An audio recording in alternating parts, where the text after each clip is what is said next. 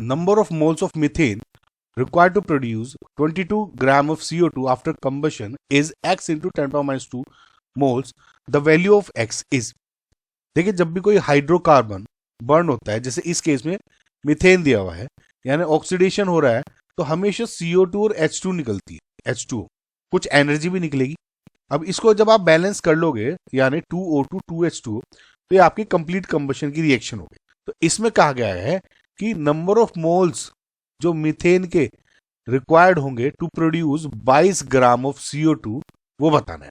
देखिए अगर आप गौर से देखो तो 1 मोल ऑफ CO2, देखिए स्टोइकोमेट्रिक कोएफिशिएंट सेम है, तो 1 मोल ऑफ CO2 जो प्रोड्यूस हो रही है वो किसको यूज करके हो रही है? 1 मोल ऑफ मीथेन को।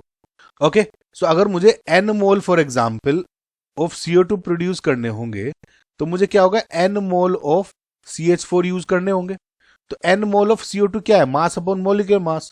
Okay, mass of CO2 divide by molecular mass of CO2, ये कितना हो जाएगा? n यानी CH4 नंबर ऑफ मोल्स, जो कि आपको निकालने हैं।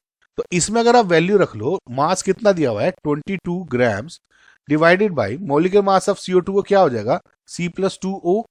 ओके, सो यानी 12 प्लस 2 इंटू 16 32 प्लस 2, ये हो गया आपका 44, ओके, ग्राम पर मोल।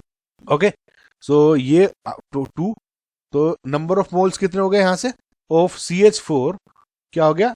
0.5 मोल्स, और x इंटू 10 पावर माइनस 2 में पूछा गया है, तो इसको अगर आप लिखोगे 50 इंटू 10 पावर माइनस 2 मोल्स।